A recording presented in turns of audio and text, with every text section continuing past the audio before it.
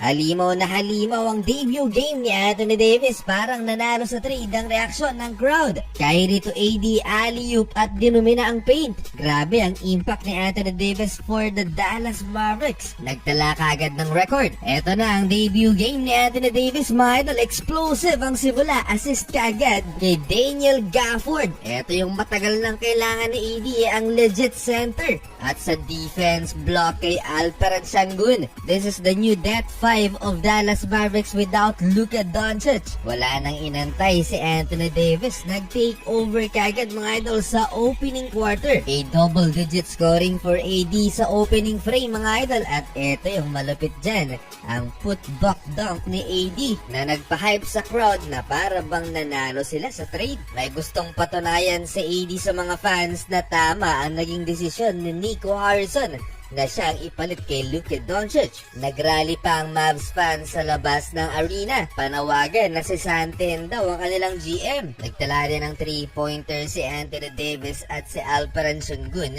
Inalat dahil sa depensa ni AD, 1 of 6 lamang sa opening quarter. On the other hand, Jalen Green with 8 points for the Houston Rockets. Nagtala lang naman sa first quarter si Anthony Davis ng 14 points, 8 rebounds, 3 assists, and 1 block shot.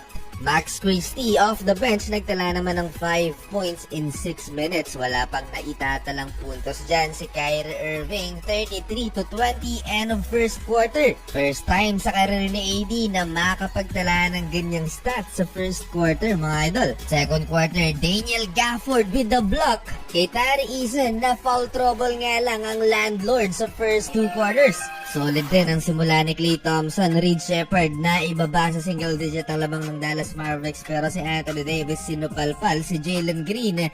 At sa transition offense, 3-pointer by Spencer Dinwiddie. Dalawa ang kailangang i-double team ng Dallas Mavericks, si Kyrie Irving at si Anthony Davis na dinodumina ang paint. Grabe yung space na nagagawa ng dalawang superstar na to mga idol. Eto ang first, Kyrie to Anthony Davis, alley-oop slam dunk.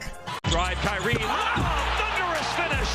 Pick and pop action naman sa pagitan ni Kyrie at Anthony Davis, 3-pointer by AD. 24 points, 13 rebounds, 5 assists, and 3 block shots for Anthony Davis. Nag-mini run ang Houston Rockets papatapos ang first 2 quarters. Max Christie with a 3-pointer to end the half, 65-48. 17 points sa lamang ng Dallas Mavericks. Third quarter, PJ Washington out, Max Christie in dahil na-injured si PJ. Nag-run ang Houston Rockets at naibaba sa 9 points sa lamang ng Dallas Mavericks. Nag-adjust ang Houston at dalawang big man na rin ang kanilang pinaglaro, Steven Adams and Alperen Sengun. Nilockdown ng Houston Rockets ang paint kung saan nagmula ang karamihan sa puntos ng Dallas Mavericks sa first half. Dito naibaba pa nila sa dalawang lamang ng Dallas, 69-67, 17-2 run for the visiting team. 18 points na si Jalen Green. Nanggigil na si Kyrie Irving kay Steven Adams. Najee Marshall, 2 big 3-pointers for the Mavs. 3-minute mark, finally naitala na rin ni Kyrie Irving ang kanyang first field goal.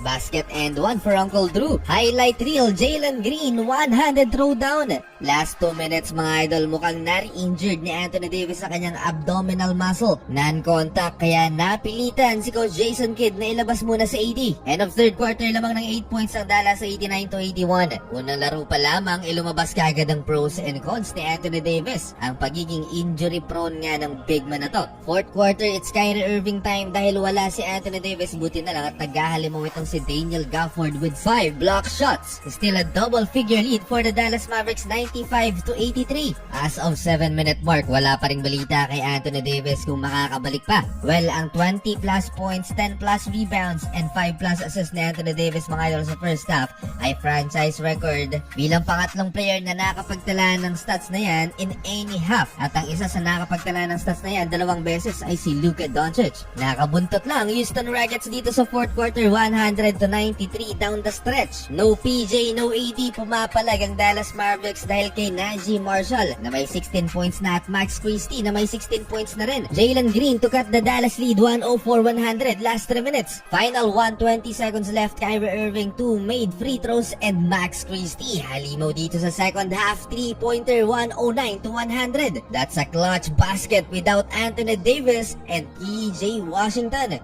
That's 19 points for Max. Under 90 seconds left, Daniel Gafford na foul sa ilalim. Dito na natalo ang Houston Rockets Lobo sa double digit ang lamang ng Dallas Mavericks. Panalo